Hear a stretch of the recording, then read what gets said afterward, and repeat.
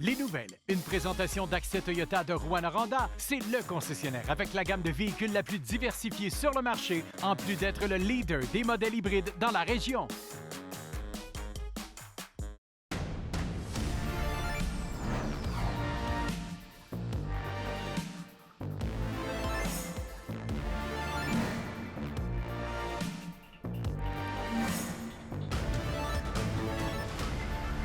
Heureux de vous savoir avec nous pour bien vous informer. Bienvenue, Madame, Monsieur. D'abord, les regroupements de propriétaires et de locataires de la zone tampon à Rouyn-Noranda se disent abandonnés par la ministre des Affaires municipales, André Laforêt. Ils dénoncent le fait que la ministre n'ait pas voulu prolonger les consultations sur le programme d'aide financière destiné aux citoyens de la zone tampon. Les représentants clament plus de temps et de ressources pour finaliser les travaux en lien avec la rédaction du programme. La période de consultation, vous le savez, a débuté fin mars. Ça vient rendre bidon l'exercice de consultation parce qu'on n'a pas eu le temps de faire le travail, on n'a pas eu le temps de se prononcer sur rien, puis ils vont nous arriver avec quelque chose qu'on ne sait même pas de quoi il va avoir l'air, le programme, puis on ne sera pas en mesure de voir, bien, est-ce que ça répond aux attentes des gens. Ultimement, si ça ne répond pas aux attentes des gens, bien, les propriétaires vont refuser de quitter. Maintenant, parlons des coupures de services et de la pénurie de main-d'œuvre au CISAT. Il y a des préfets des MRC de la région qui ont rencontré ce midi le ministre de la Santé, Christian Dubé. Et Alexandre, est-ce que les principaux intéressés sont rassurés? Bien, à court terme, les préfets disent que oui, parce qu'ils ont eu la confirmation que l'équipe volante du ministère de la Santé a déjà 500 personnes dans ses rangs sur les 1500 nécessaires et qu'ils viendront combler une partie du manque de main-d'œuvre dans le réseau de la santé de la région. Donc, en marge de l'Assemblée des MRC de la Fédération des municipalités du Québec, qui se déroule actuellement à Québec, bien, les préfets de l'Abitibi-Ouest, de Témiscamingue et de l'Abitibi ont pu faire part en privé au ministre de la Santé plus tôt aujourd'hui de leurs inquiétudes quant au plan de contingence du CISAT. Christian Dubé leur a donc rappelé une énième fois qu'il maintenait le cap quant aux fins des recours des agences privées de placement, mais qu'il désire réellement mettre en place des solutions pouvant combler les conséquences de sa décision. On écoute la préfète de Témiscamingue ainsi que le député d'Abitibi-Ouest. Ce n'est pas une réponse qui serait acceptable à moyen et long terme. On veut vraiment que les ressources infirmières choisissent de venir s'établir et vivre en Abitibi-Témiscamingue. On veut vraiment que le personnel bénéficie du milieu, que ce soit un milieu de travail dans lequel ils sont impliqués et investis. Les préfets ont souligné justement que chez nous, notre FIC régional avait supporté les ententes. Donc, je pense que c'est aussi un autre message porteur pour démontrer qu'il y avait quand même une volonté en région de supporter les ententes qui avaient été conclues à l'époque. Et Alexandre, en Abitibi-Ouest, il y a le président de la Fédération des médecins omnipraticiens du Québec, le docteur Marc-André Amiotte, qui était à la SAR pour écouter les préoccupations des médecins d'ici.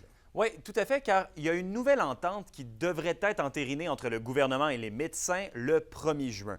Mais la Fédération souhaite avoir plus de temps avant d'implanter un nouveau modèle et espère donc prolonger l'entente actuelle. Ce qui achoppe du côté des travailleurs de la santé, c'est certainement la disparition du montant forfaitaire, le fameux 120 $ par patient, afin d'aider les médecins à la prise en charge des patients orphelins. Une mesure qui a été mise en place en 2022 et qui fonctionne très bien selon les intervenantes à qui j'ai parlé tout à l'heure. Selon eux, il y a plusieurs enjeux concernant la couverture médicale en région qui ne fonctionnent tout simplement pas. Notamment l'inquiétude grandissante face au manque de relève chez les médecins de famille et de voir disparaître le gap, c'est selon eux un pas dans la mauvaise direction. En ce moment, on avait un pas vers une certaine équitabilité entre les médecins inscrits versus non inscrits parce qu'il y avait une porte ouverte pour les patients dits orphelins, c'est-à-dire sans médecin de famille.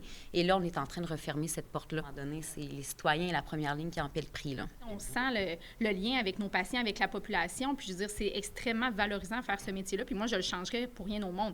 Il y a plein de difficultés qu'on aimerait voir un petit peu moins grandes. Hein. On doit souvent beaucoup de temps au téléphone, on n'a pas beaucoup d'accès aux spécialistes. Donc, on doit faire, beaucoup de négociations, puis, parce qu'on a toujours à cœur le soin de nos patients, puis on veut que nos patients aient accès à cette qualité de soins-là dont ils ont droit. T'sais. Je ne suis pas convaincu qu'une modification de structure comme Santé Québec va corriger toutes les problématiques qui m'ont été soulevées cet après-midi. Là, ça, je suis autrement préoccupé.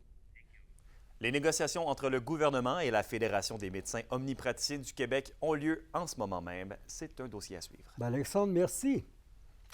La préfète de la MRC de Témiscamingue, Claire Bolduc, on y revient, elle qualifie sa rencontre d'hier avec le ministre de l'Économie, Pierre Fitzgibbons, et la ministre des Forêts, Maïté Blanchette-Vizina, de bon appui dans la crise forestière actuelle. L'élu a entre autres pu aborder les récentes décisions d'entreprises forestières de suspendre bien des centaines d'emplois temporairement. Le ministre Fitzgibbon lui a mentionné être prêt à appuyer un acheteur sérieux qui pourrait reprendre l'ensemble ou du moins une partie de l'usine Ryam à Témiscamingue.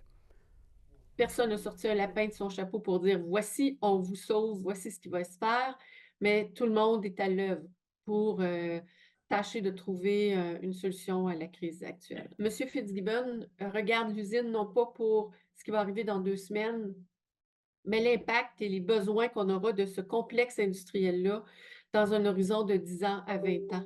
De quelle manière le complexe contribuera à l'économie du Québec et à la décarbonation de notre économie. Il y a un nouveau lieu de rencontre entre l'éducation et l'industrie minière qui fait son apparition à Rouyn-Noranda. C'est ce midi qu'avait lieu le lancement de la RAMP. C'est le réseau Actualisation minière partenaire éducation. Ça s'est passé à l'Atrium de l'UQAT. L'objectif, c'est de favoriser le réseautage entre les professionnels de l'éducation et ceux du secteur minier dans l'innovation des pratiques pédagogiques. Pour ce faire, une nouvelle plateforme d'échange virtuel est conçue et des visites industrielles et des formations seront organisées. Et la coordonnatrice de la Maison d'aide et d'hébergement alternative pour elle, à Rouyn-Noranda, Cathy Allen, reçoit le prix Colette Breton 2024.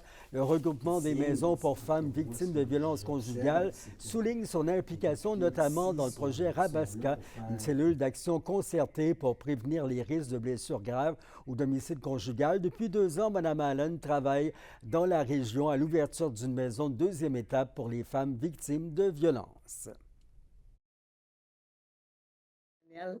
C'est vraiment quelqu'un qui est vrai, qui s'implique énormément.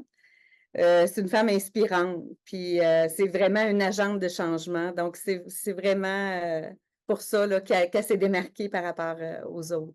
Quand elle a reçu le prix, elle me disait, moi qui voulais soumettre mon équipe, puis j'ai manqué de temps parce que c'est ça aussi, Cathy, c'est une fille d'équipe, puis c'est une fille qui pense avant tout aux autres, avant elle-même, là. Le regroupement des musées du Témiscamingue a lancé sa saison touristique et son circuit qui s'appelle Mémoire des chemins d'eau. Le Fossilarium, la Maison du Frère Moffett, le Musée de Guérin, le Centre d'exposition du Riff et bien d'autres font partie de ce circuit. En haltérophilie, Alex Bellemare, vous le savez, a remporté sa 7e médaille d'or au championnat canadien senior. C'était il y a 10 jours à Halifax. L'athlète qui célébrera bientôt son 26e anniversaire, c'est le mois prochain, oui. Il va participer en juillet au camp d'entraînement pré-olympique à Nice, où il va s'entraîner avec la médaillée d'or aux Jeux de Tokyo, Maude Charron. Alex Bellemare souhaite ensuite profiter des années qui viennent pour s'améliorer en vue des prochaines qualifications olympiques pour LA Los Angeles en 2028.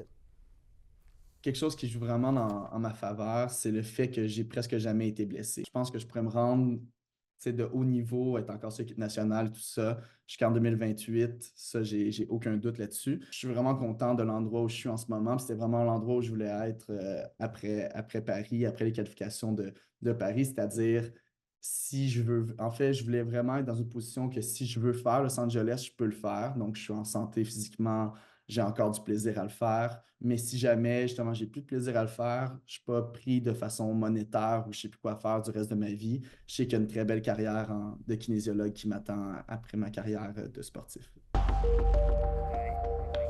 Fini la vie de gel, le ciel sans nuages en Abitibi, il se dégage au Témiscamingue, minimum de 4 à 6. Demain, c'est vendredi et ce sera plein soleil avec 24 degrés. Samedi, soleil et nuages qui s'échangent un bout de ciel avec 23, alors que les nuages prennent place dimanche avec 20 degrés. C'était vos infos régionales. C'est la cérémonie de première pelletée de terre du projet d'infrastructure du Centre d'amitié autochtone. Demain, projet de 60 millions et nouveau info. Il sera pour vous. Passez une bonne fin de soirée. Au revoir. À demain.